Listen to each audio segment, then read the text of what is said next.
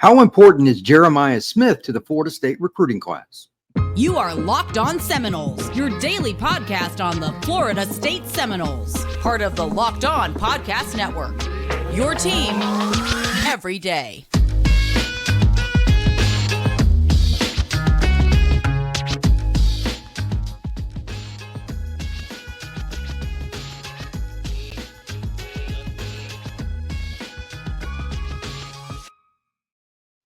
Welcome back into another episode of Locked On Seminoles.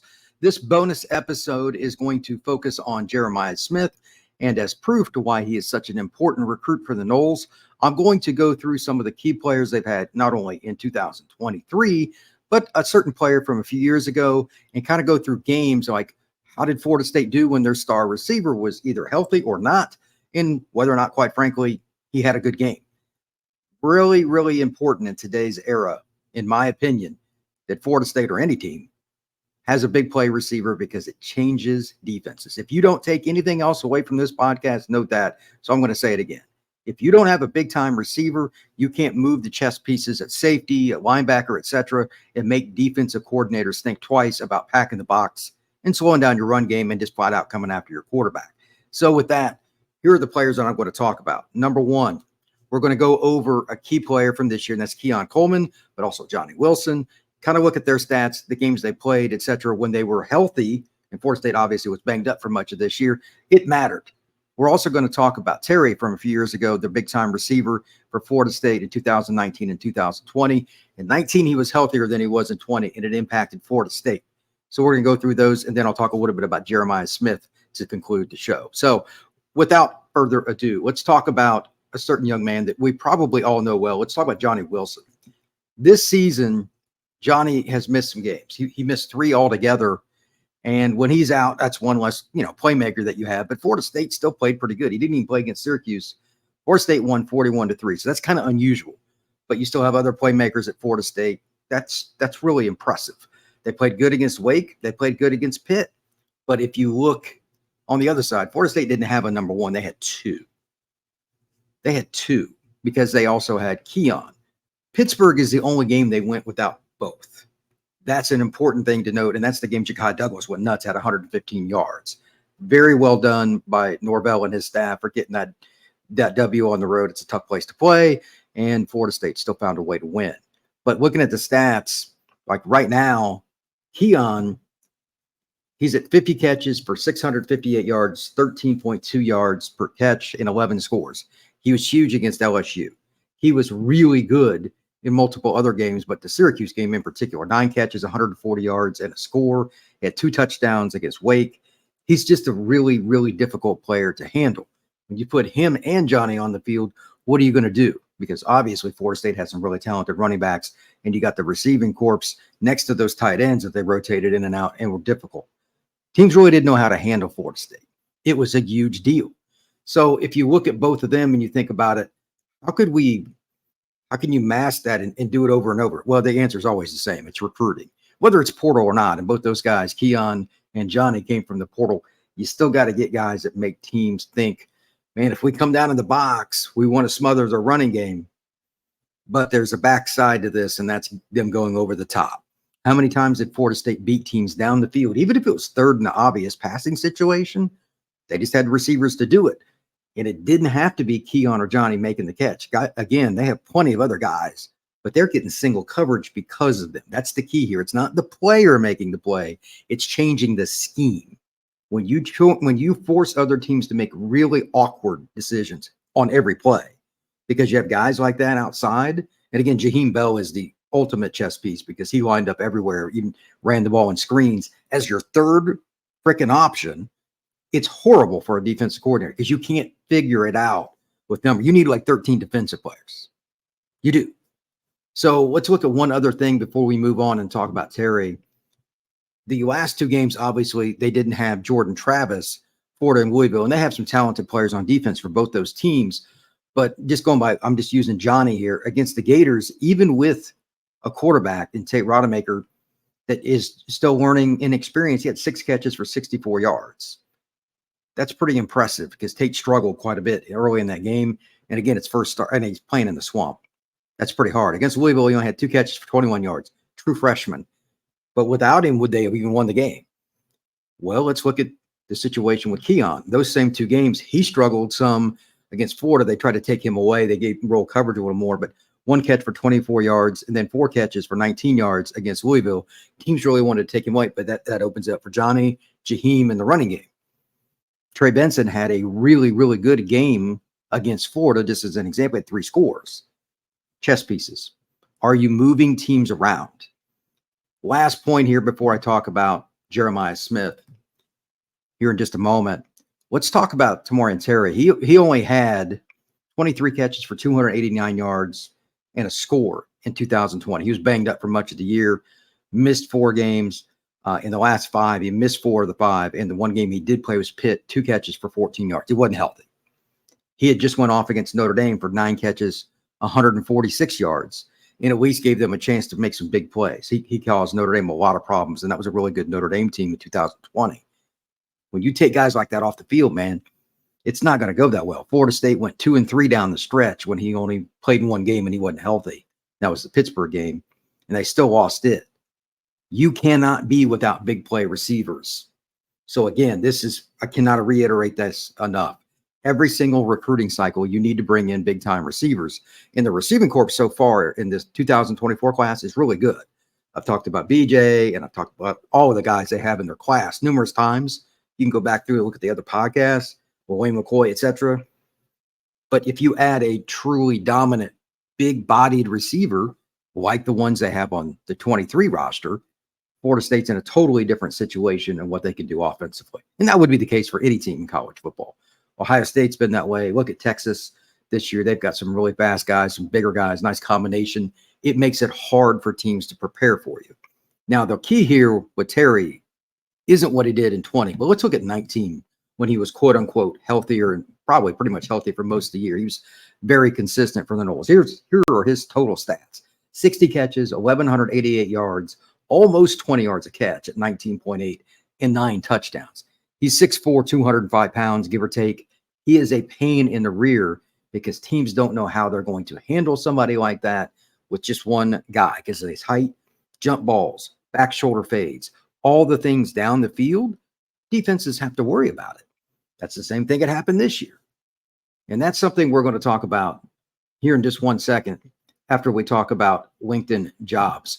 LinkedIn Jobs helps you find the people for your small business that you want to have as many top-tier candidates as possible so you can improve your business.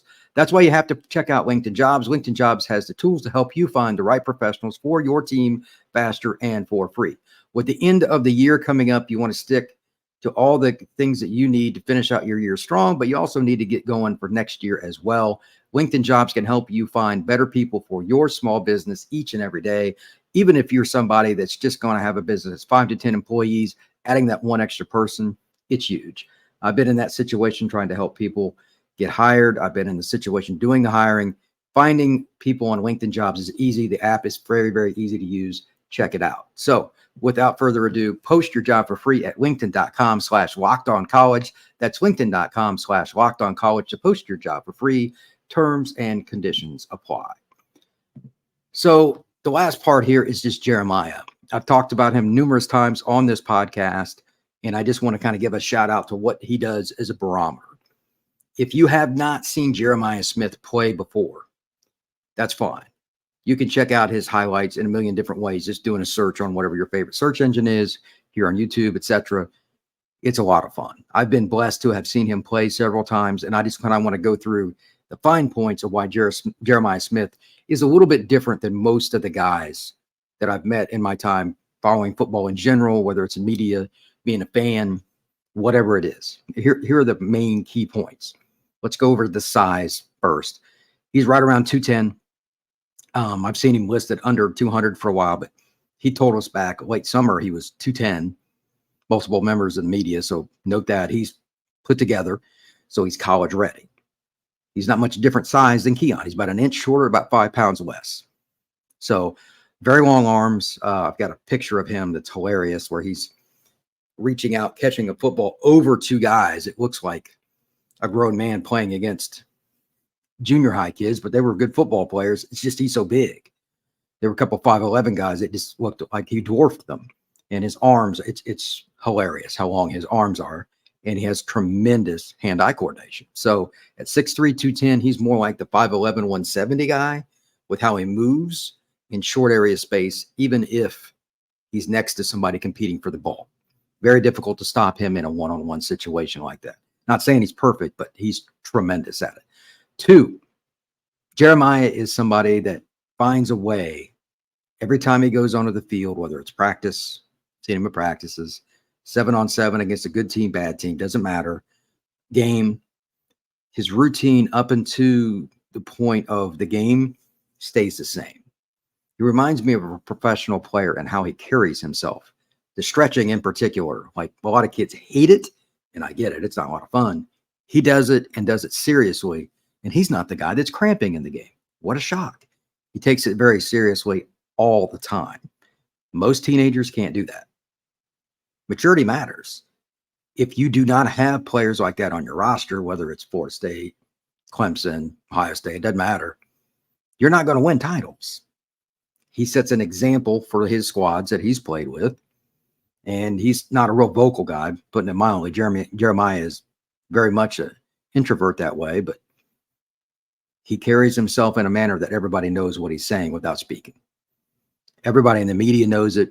We talk about it, like everything that he does, like when we're in a 7-on-7 event and we see him play, it's just different. It's almost to the point you can't really define what it is in words. And it's just respect at the end of the day. I respect guys that take their craft very seriously. And I'm not saying other guys don't, but like you could be 3 feet from him. When he's doing what he's doing to get ready for a game, he doesn't see anything else. He has blinders on. Now he'll talk to you if you ask him about something. He's respectful, but he just wants to do what he's doing, take care of business, and go about his day. Very, very professional mindset, and that is to be respected. Final point about him, for a guy his size, back to the 210 part, he has an open field gear that's kind of hard to explain. I'll use Randy Moss as an explanation. Everybody's seen him play, I'm sure, if they're watching this podcast. Think about how long Randy's stride is. That's probably about the longest stride you're ever going to see. And I'm not saying Jeremiah's is that ridiculous because Randy's 6'5". He's a little bit taller and one of the fastest guys to ever play in the NFL despite his height. Rarest kid I've ever seen play football, to be honest. But Jeremiah is that next guy. He'd be the closest thing that I've seen to it. And again, there's only one Randy Moss, and I've even told Jeremiah that. But he's as close as it gets. If you put him on, I don't care which team it is, and I know that following isn't realistic, but like if you put him on some group of 5 team next year, obviously he's not going group of 5, but if you did, and that was a team that was projected right now to go 7-5 next year, Memphis, Charlotte, whatever, that team's going to win 10 or more games. You put him out wide, how many guys are going to be able to match up with him? Now let's talk about it from a Power 5 perspective, because it's still the same thing. How do defenses do things when you have a guy that's that advanced, even as a freshman? I'm telling you, he's going to come into play. Florida State, Ohio State, whatever. I don't know where he's going, but this is why he's so important to Florida State's recruiting class. He changes what every team does defensively. And Florida State is super underrated with their other receivers, not named Keon Coleman or Johnny Wilson. Those two are great. I get it. But even in the Pittsburgh game, they figured it out. Florida State has some guys. I'm just going to leave it at that for now. We'll talk more about the roster after the portal. I'm not going to go into the roster until after this portal season's over, because as soon as I do, somebody's leaving. I'm just going to wait for that to be done. Then we'll go from there in January. But if you put Jeremiah out wide, guys like Douglas or whatever, any little speedy guy in the slot, he's always going to be single covered.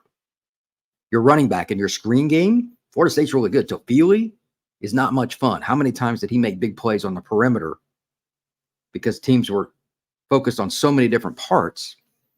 You give him a sliver, he's gone. You have to get kids like this, and this is a rare chance. Again, Jeremiah is as rare as it gets as a player. It is not something you can put in a measurable sense of numbers. He's just that guy. If Florida State gets him, it will change their trajectory, not only for 2024, but he has to play 3 years, or quote unquote be 3 years removed before he can announce for the NFL. That's the rule. You don't have to play, but you have to be 3 years out of high school.